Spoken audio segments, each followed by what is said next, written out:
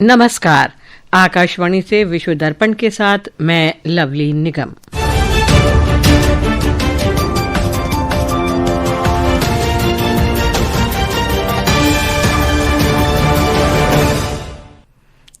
विदेश मंत्री डॉक्टर सुब्रमण्यम जयशंकर ने रूस के येकातेरिनबर्ग और कजान में 2 नए भारतीय वाणिज्य दूतावासों का उद्घाटन किया।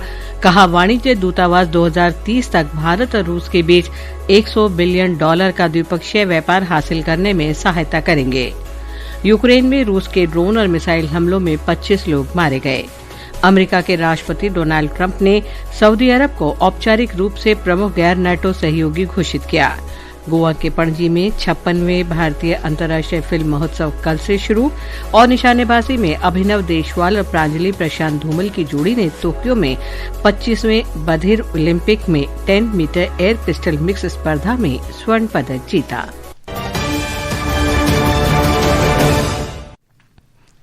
विदेश मंत्री डॉक्टर सुब्रमण्यम जयशंकर ने आज रूस के उप विदेश मंत्री आंद्रे रुडेंको के साथ येकातेरिनबर्ग और कजान में भारत के महावाणिज्य दूतावासों का उद्घाटन किया।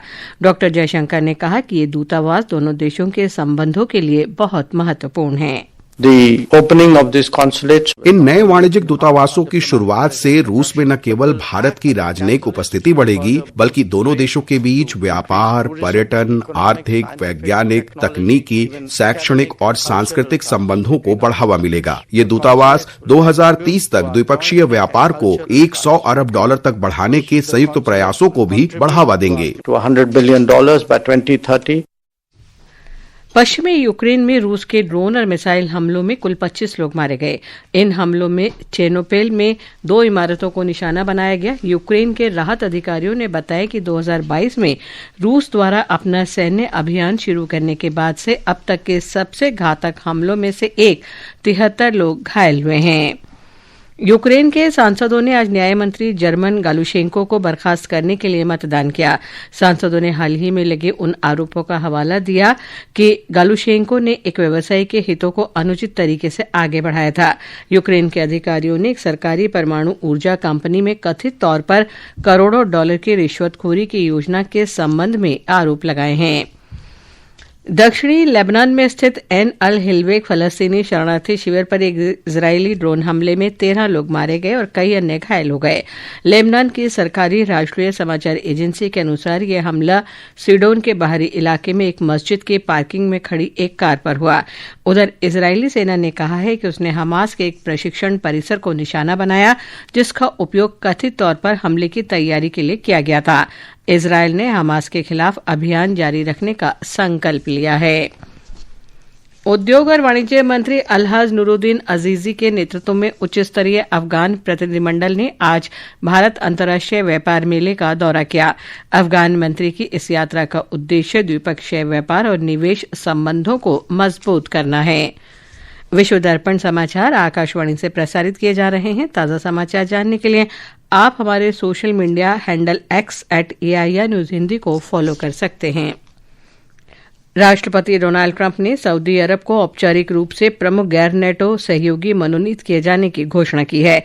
इसका उद्देश्य अमेरिका और सऊदी अरब के बीच रक्षा सहयोग को मजबूत करना है। एक रिपोर्ट। सऊदी अरब के युवराज मोहम्मद बिन सलमान के साथ बैठक के बाद ये घोषणा की गई। बैठक के दौरान मोहम्मद बिन सलमान ने अमेरिका में सऊदी अरब का निवेश $600 अरब से बढ़ाकर $10 खरब करने की प्रतिबद्धता व्यक्त की। राष्ट्रपति ट्रंप ने सऊदी अरब को F-35 लड़ाकू जेट विमान बेचने की योजना की भी पुष्टि की। इससे सऊदी अरब इजराइल के बाद ये उन्नत विमान हासिल करने वाला पहला पश्चिम एशियाई देश बन जाएगा। राष्ट्रपति ट्रंप ने दोनों देशों को सशक्त करने और क्षेत्रीय स्थिरता में योगदान करने वाला निर्णय बताया। उन्होंने कहा कि दोनों पक्षों के बीच ऐतिहासिक रणनीतिक रक्षा समझौता हुआ है। विश्व दर्पण के लिए मैं सरफिरोजी।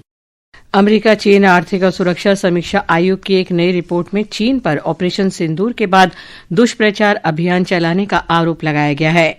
अमेरिकी कांग्रेस के सलाहकार निकाय ने कहा है कि चीन ने कथित तौर पर फ्रांसीसी राफेल विमानों की बिक्री को कमजोर करने और अपने J-35 लड़ाकू विमानों को बढ़ावा देने के लिए आर्टिफिशियल इंटेलिजेंस द्वारा निर्मित तस्वीरें प्रसारित करने के लिए फर्जी सोशल मीडिया अकाउंट्स का इस्तेमाल किया।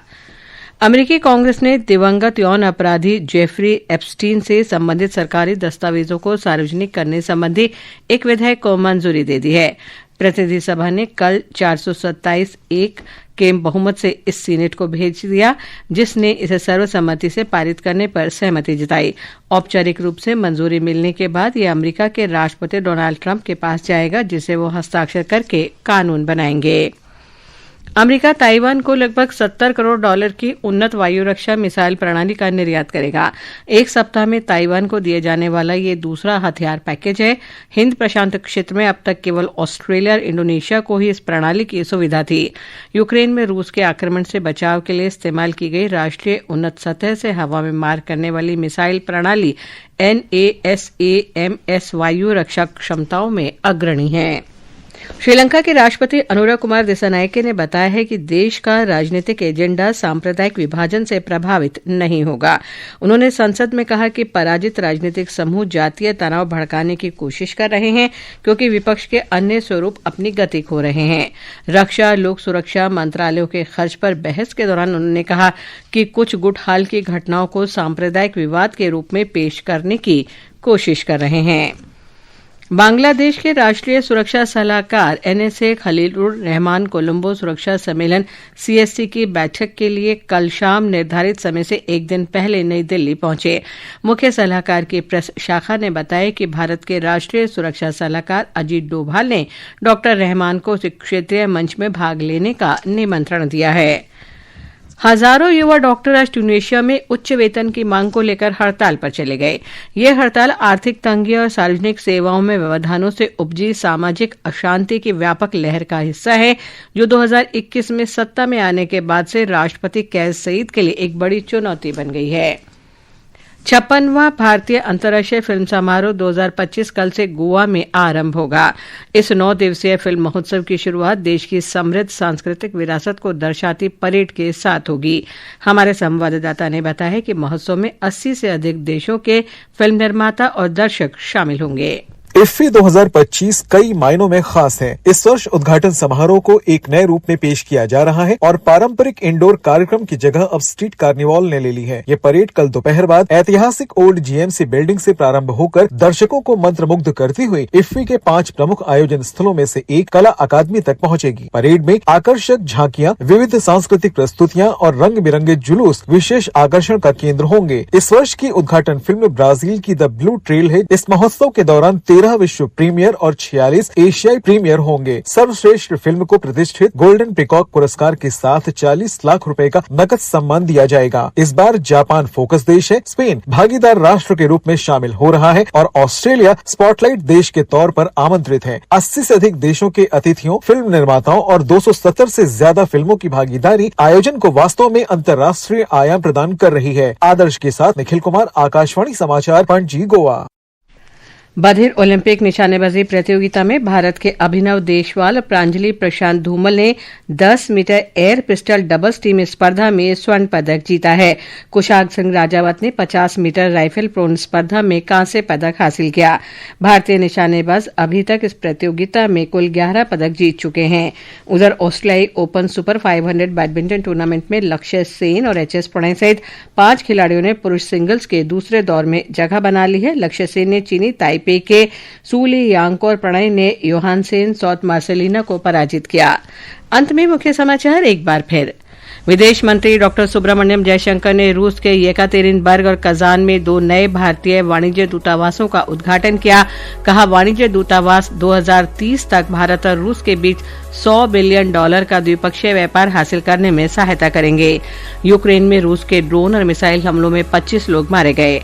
अमेरिका के राष्ट्रपति डोनाल्ड ट्रंप ने सऊदी अरब को औपचारिक रूप से प्रमुख गैर नेटो सहयोगी घोषित किया।